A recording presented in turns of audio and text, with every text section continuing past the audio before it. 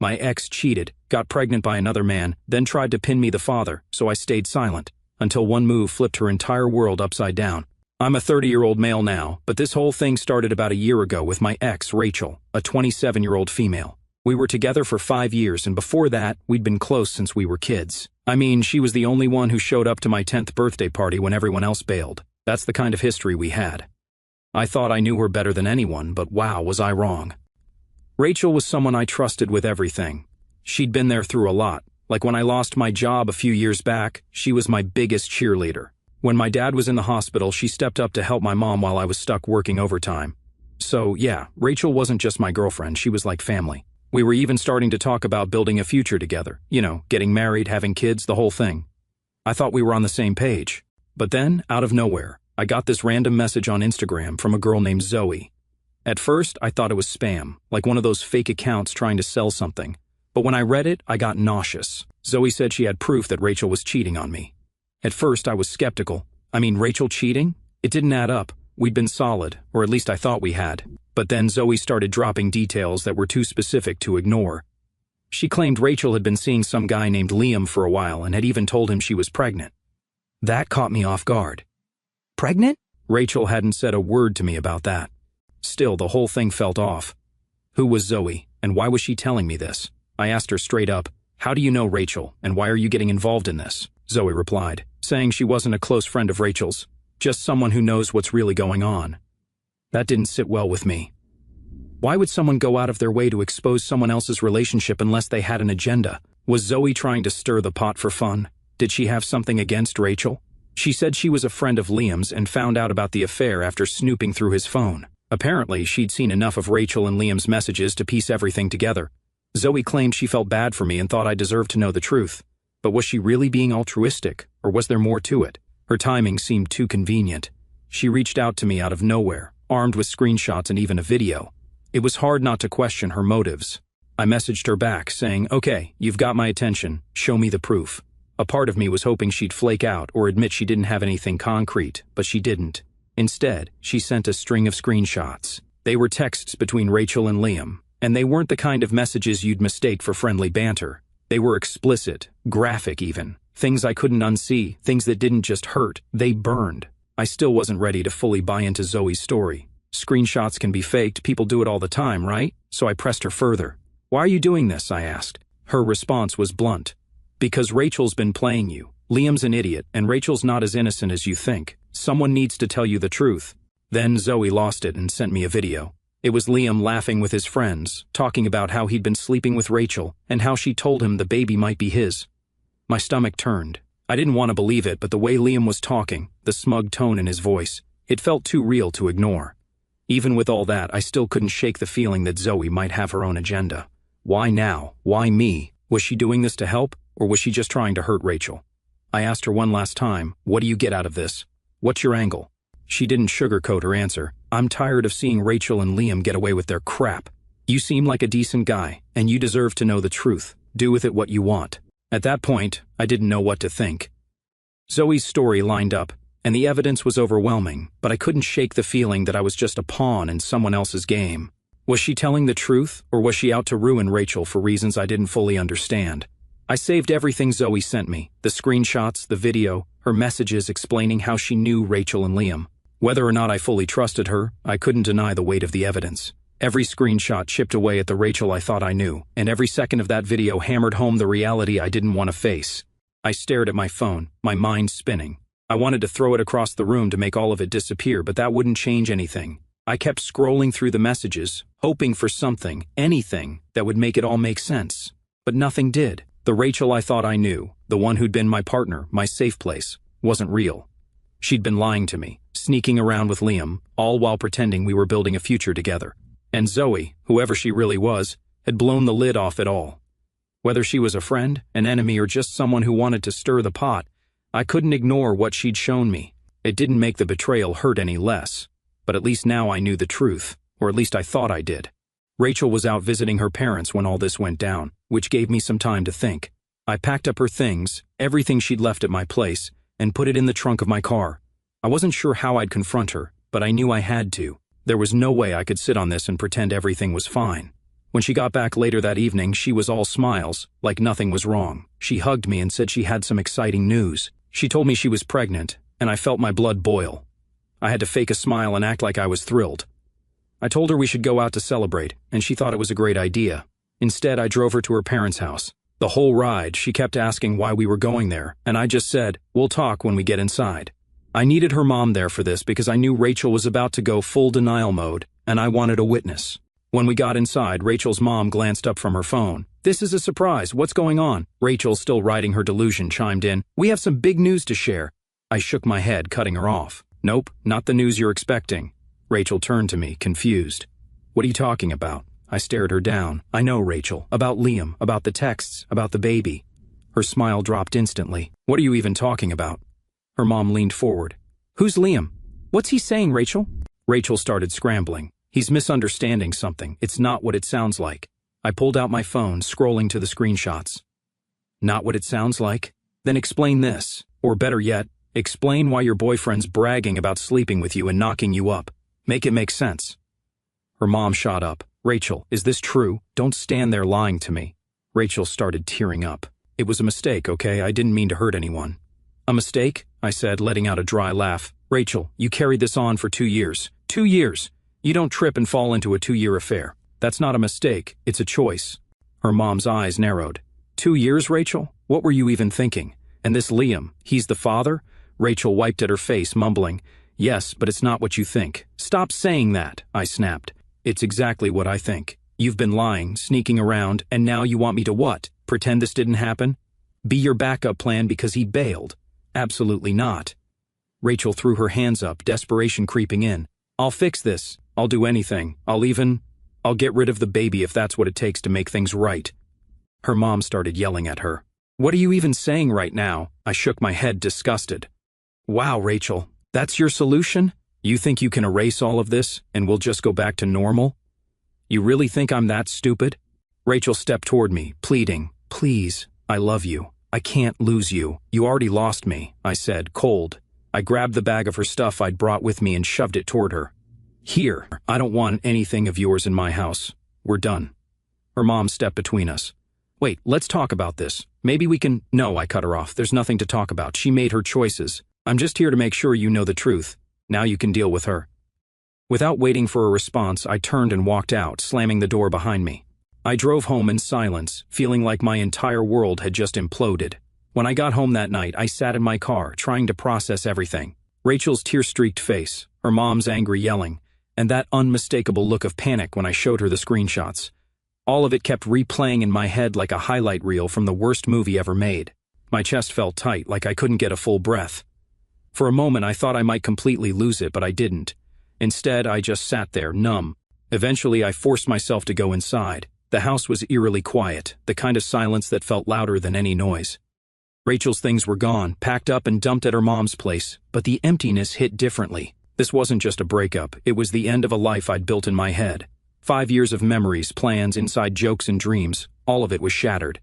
I walked into the living room and stopped in my tracks. The couch caught my eye, the same one where we'd spent countless nights binging bad TV shows and eating takeout.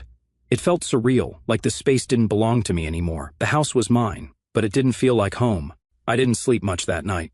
Every time I closed my eyes, I saw Rachel's face. Her tears, her desperation, her guilt. I kept wondering how I didn't see it coming, how I could have missed something so massive for 2 whole years. By the time morning rolled around, I felt like a shell of myself. When I checked my phone, it was flooded with texts from Rachel. They started off as standard apologies. "Can we talk? Please call me. I'm so sorry." But by the time I scrolled through the list, they had turned desperate. "I'll do anything to fix this. I can't live without you. Please don't do this to us." I couldn't respond. What was there to say? She didn't just screw up, she burned everything to the ground and salted the earth for good measure. I blocked her number by the afternoon, thinking that would be the end of it, but I underestimated her determination. By that evening, she had shifted to social media, bombarding me with messages. The same routine, apologies, promises to change, pleas for another chance. I blocked her on every platform. Then the email started. Long-winded messages about how she couldn't live without me and how she'd never forgive herself. Part of me wanted to tell her to leave me alone, to stop dragging this out, but another part of me didn't want to give her the satisfaction of knowing she'd gotten under my skin, so I ignored her. Later that day, Chloe showed up unannounced. She's always been the one to step in when my life goes sideways, and this was no exception. "All right, spill," she said as soon as she walked in, her arms full of snacks and drinks. I didn't even know where to start, but once I did, it all came pouring out. The DM from Zoe, the screenshots, the video of Liam, Rachel's confession, and everything that had happened at her mom's house. Chloe sat there, her expression shifting from disbelief to pure anger. 2 years? She shouted, nearly dropping her drink. "And you had no idea?" I shook my head, feeling the bitterness rise in my chest. "She played me like a pro," I said, the words tasting sour. Chloe's protective instincts kicked in immediately. "She doesn't deserve even a second of your time, you know that, right?" she said, her voice firm. I nodded, but it didn't ease the ache in my chest. Chloe stayed for hours, making me talk through everything and cracking jokes to lighten the mood. By the end of the night, she was even joking about changing my locks just in case Rachel gets any ideas. The next day, I told my mom. I had been dreading that conversation because she adored Rachel. For years, she called Rachel the perfect match and talked about how she couldn't wait for us to get married. Breaking the news felt like admitting I'd failed somehow, even though I knew deep down it wasn't my fault. When I showed her the screenshots, she just stared at them in silence for what felt like forever. Finally, she said, she cheated, her voice soft, almost like she didn't believe the words coming out of her mouth. I nodded, unable to meet her eyes. After a long pause, she shook her head and said, "I can't believe she did this to you, to us." That last part hit hard. Rachel wasn't just my girlfriend to her, she was family. My mom started venting about how much effort she'd put into building a relationship with Rachel. It was clear she felt betrayed too, like Rachel had let the whole family down. In the days that followed, Rachel's messages slowed down. Maybe she was finally getting the hint, or maybe she was regrouping. Either way, I didn't hear from her directly, but that didn't mean the drama was over. One night, Rachel's mom called me. Her voice was heavy with embarrassment and regret. "I'm so sorry for what Rachel did," she said. "I raised her better than this. She's devastated, you know. She knows she messed up, but she's still my daughter, and I have to ask, could you at least talk to her?" I sighed, already exhausted by the conversation. "I appreciate you calling," I said, "but there's nothing to talk about. She didn't just hurt me, she destroyed everything we had. I can't come back from that." Her mom sounded defeated. "I understand," she said softly, though I could tell she was disappointed. After we hung up, I felt a mix of relief and frustration. Relief that I'd stood my ground, but frustration that the people around Rachel still thought there was a way to fix things. There wasn't. She'd made her choices, and now she had to live with them. Breaking up with Rachel was rough, but the part that hit me hardest was finding out some of my so-called friends knew about the affair and didn't tell me. They had front-row seats to the betrayal and decided to keep quiet. It wasn't just Rachel who stabbed me in the back. It felt like a whole group of people I trusted had turned against me. I found out through bits and pieces after the breakup. One friend, Sam, slipped up during a conversation a few weeks later. He mentioned how he always thought Rachel and Liam had too much chemistry. Too much chemistry? What the hell does that even mean? I pressed him, and it turned out he had seen them getting a little too cozy at a party months before I found out. "You didn't think to tell me?" I asked. "I didn't know for sure," he stammered, "and I didn't want to stir up drama if it was nothing. I didn't buy that excuse. If the roles were reversed, I'd have told him in a heartbeat." It felt like everyone had just decided I wasn't worth the hassle of honesty. It wasn't just Sam either. A couple of mutual friends admitted they'd heard rumors but didn't think it was their place to get involved. Their silence felt like another layer of betrayal. If that random girl hadn't slid into my DMs out of nowhere, I'd probably be raising a kid that's not even mine, thinking I'm some stand-up dad while she kept sneaking around with her side guy. Fast forward a year and I was finally starting to move on. I had started to feel like myself again. I was going out with friends who actually cared about me, focusing on work and even dipping my toes into dating. Life wasn't perfect, but it was stable, and I was okay with that. Then, recently, out of nowhere, Rachel messaged me. The first time, it was just a simple, "Hey, can we talk?" I didn't even open it. I blocked her immediately. Whatever she had to say, I didn't need to hear it. A few days later, though, she showed up at my door. I saw her through the doorbell camera before she even rang the bell, and I won't deny she looked awful, messed up. A far cry from the Rachel I used to know, the one who always seemed so put together. I didn't open the door. I didn't even step outside. I spoke to her through the camera. "What do you want, Rachel?" I asked, trying to keep my voice steady. She looked directly at the camera, her eyes welling up. "I just need to talk to you," she said, her voice cracking. "Please let me in." "No," I said flatly. "You've got no business being here. Say what you need to say and then leave." She started crying, which I'll admit made me feel a little uncomfortable, but then she said that Liam had ghosted her. Apparently, he disappeared shortly after their kid was born, leaving her to handle everything on her own. To make matters worse, her parents had kicked her out, saying they were tired of cleaning up her messes. "I don't know where else to go," she sobbed. I thought maybe you could help me." That was it. I felt whatever pity I had bubbling up vanish in an instant. "Help you?" I repeated, my voice dripping with disbelief. "You want me to help you take care of the kid you had with the guy you cheated on me with? Are you serious right now? Please," she begged. "I don't have anyone else." I stared at her through the camera, trying to process the audacity of what she was asking. This was the same woman who lied to my face, betrayed me for 2 years, and expected me to pick up the pieces of her broken life like nothing happened. "Rachel," I said, my voice cold, "you made your choices. You chose Liam. You chose to lie. And now you're dealing with the consequences. That's not my problem. It hasn't been my problem since the day I packed your things and drove you to your mom's house." She started crying harder, but I wasn't moved. "You need to leave," I said firmly, "and don't come back. Don't message me. Don't call me. As far as I'm concerned, you don't exist anymore." For a moment she just stood there, looking at the camera like she was waiting for me to change my mind. When I didn't, she finally walked away, still sobbing. After she left, I sat down on the couch, my mind racing. Part of me felt guilty for being so harsh, but another part felt like it wasn't harsh enough. What did she think was going to happen? That I'd open the door, hug her, and agree to play dad to Liam's kid? The audacity was unbelievable. Over the next few days, I kept expecting her to show up again or send someone else to plead her case, but she didn't. Instead, I started getting messages from her friends. "Rachel's struggling, and you won't even help her," one read. "You're really just going to abandon her after everything you two had?" said another. I ignored them at first, but they kept coming. It was like her friends were trying to guilt me into taking her back. They called me heartless, selfish, and every other name you can think of. Some of them even brought up our history, saying I owed it to her because of all the years we'd spent together. But here's the thing, Rachel wasn't just someone I dated for 5 years, she was someone who betrayed me in the most personal way possible. She didn't just hurt me, she tore apart my trust and left me questioning everyone around me. I didn't owe her anything, and I wasn't about to let anyone make me feel otherwise. By the end of the week, I'd blocked every one of her friends who had messaged me. I didn't have the energy to argue with people who clearly didn't care about what I'd been through. If they wanted to support Rachel, that was their choice, but I wasn't going to be part of it. That chapter of my life was over, and no amount of guilt-tripping was going to drag me back into it. However, Rachel didn't stop, and neither did her friends. After she showed up at my door and I shut her down, it was like a switch flipped. They doubled down, flooding my socials, calling me names and throwing guilt trips left and right. "You're such a coward for leaving Rachel when she needs you most," one message read. Another said, "You're less of a man for not stepping up." The entitlement in their words was mind-blowing. Some of Rachel's friends started leaving nasty comments on my work profile, where I'd shared some professional achievements. That was my breaking point.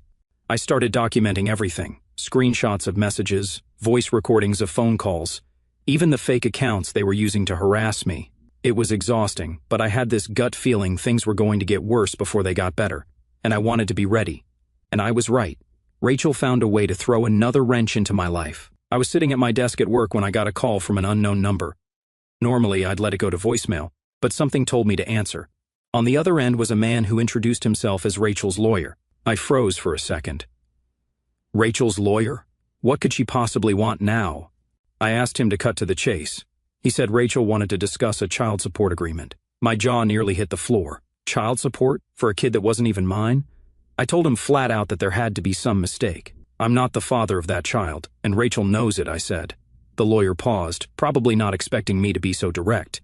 He asked if I'd be willing to meet to clear things up. I wasn't thrilled about it, but I figured it was better to confront this head-on than let it drag out. So I took the afternoon off and met him at his office. When I arrived, he greeted me politely, but I could tell he wasn't fully clued in on the situation. He started with the usual lawyer spiel about responsibility, how Rachel was struggling as a single mother, and how stepping up would mean a lot for everyone involved. I let him talk for a while, but when he finally gave me a chance to respond, I didn't hold back. "Let me stop you right there," I said, pulling out the folder I'd brought with me.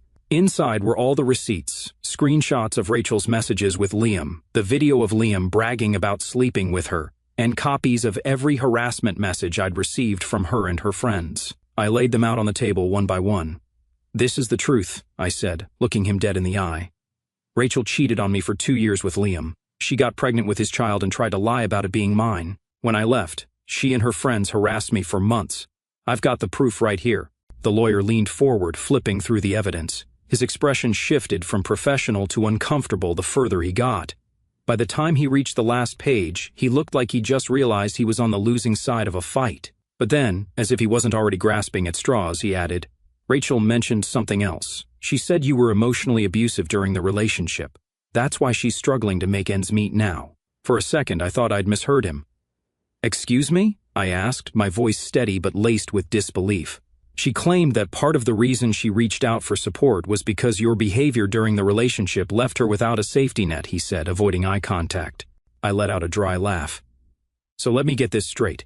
She cheats on me for 2 years, tries to pass off another guy's kid as mine, harasses me when I walk away, and now she's spinning some sob story to make me look like the bad guy? The nerve." He shifted uncomfortably in his seat, clearly regretting bringing it up. "Look, I'm just relaying what she told me," he said. I grabbed my folder and stood, giving him one last look. "If Rachel or her friends keep this up, I'll make sure their lies come with legal consequences. This ends now." The lawyer nodded, clearly rattled. "Understood," he said, gathering the documents into a neat stack. "I'll need to speak with my client about this." "You do that," I said, walking out of his office without looking back. At that moment, I felt so damn angry. Rachel thought she could drag me into her mess, but little did she know who she was playing with. I kept thinking about everything the lawyer talked about. The audacity of it all was mind-blowing. I couldn't let it go. Against my better judgment, I grabbed my phone and called Rachel. She picked up almost instantly, her voice cautious but annoyingly sweet, like she'd been expecting me to cave. "I wasn't sure if you'd want to talk," she said. I didn't bother with pleasantries. "Rachel, what the hell is this about child support?" I snapped. "I just got out of a meeting with your lawyer, and I want to know what kind of fantasy land you're living in where you think I'm paying for your kid." Her tone shifted immediately. "Look, I didn't know he was going to reach out to you like that," she said, stumbling over her words. "I'm in a really tough spot, and I thought maybe—" She trailed off, like she realized mid-sentence how ridiculous she sounded. "You thought maybe what?" I interrupted, my voice rising. "You thought maybe I'd just roll over and be your safety net after everything you've done? Let me make one thing clear, Rachel. That kid is not mine. I don't owe you anything. Not money, not time, not even a damn text back. You made your choices. And you don't get to drag me into your mess because Liam bailed on you." She let out a shaky breath, and I could hear her trying to hold it together. "I didn't mean for it to go this far," she said quietly. I don't have anyone else to turn to. My parents won't help, and Liam, he's gone. I'm doing this all on my own." I laughed, cold and bitter. "And whose fault is that, Rachel? You cheated, lied, and tried to pass off someone else's kid as mine, and now you're coming back to me because you're out of options? That's not my problem. It hasn't been my problem since the day I walked out." She started crying then, sniffling into the phone. "I'm sorry," she choked out. I didn't know what else to do. "Sorry doesn't fix this," I said flatly. "You need to stop. Stop calling me, stop sending people after me, and stop trying to manipulate your way into my life. You don't get to come back from this. We're done, Rachel, for good." I hung up before she could say anything else and tossed my phone onto the passenger seat. My hands were shaking, but it wasn't from regret. It was from the sheer nerve she had to even think I'd entertain her nonsense. For the first time in a long time, I felt like I'd truly shut the door on her and all the chaos she brought into my life, and it felt damn good. A few days later, I got a formal letter from that lawyer. It was brief and to the point. There would be no further attempts at contact from Rachel or her friends. He also mentioned that Rachel had decided to move to another city to start fresh. There was even an apology included, though I doubted it came from Rachel herself. When I read the letter, I didn't feel vindicated or triumphant. I just felt relief. The chapter with Rachel was finally, officially closed. There would be no more messages, no more harassment, no more lawyers trying to guilt me into taking responsibility for a child that wasn't mine. So the drama had finally quieted down, but rebuilding trust, that was the real challenge. Every time I met someone new, the thought lingered, what if they're hiding something too? But I wasn't going to live in paranoia. Rachel had already taken enough from me, and I refused to let her take my future too. I focused on what I could control, hitting the gym, throwing myself into work, and spending time with people who actually cared about me. Slowly but surely, I started feeling like myself again. One night while I was out with some friends, Matt brought up dating. "You back in the game yet?" he asked. I smirked. Not even close. "Come on, man," he said, rolling his eyes. "Not every woman is like Rachel. Don't let one bad apple ruin the whole thing for you." I didn't commit to anything then, but his words stuck. He wasn't wrong. I wasn't going to let Rachel's betrayal write the rest of my story. A couple of weeks later, Chloe invited me to a party. Look, no pressure, she said. It's not a setup. Just come hang out, relax, and have a good time for once. I almost bailed, but something told me to go, and honestly, I'm glad I did. The vibe was chill, no awkwardness, no expectations, just good people. That's when I met someone. She wasn't flashy or trying too hard, she was just real. We talked for hours about everything and nothing, and for the first time in a long time, I felt like I could breathe around someone. Am I jumping into something serious? No.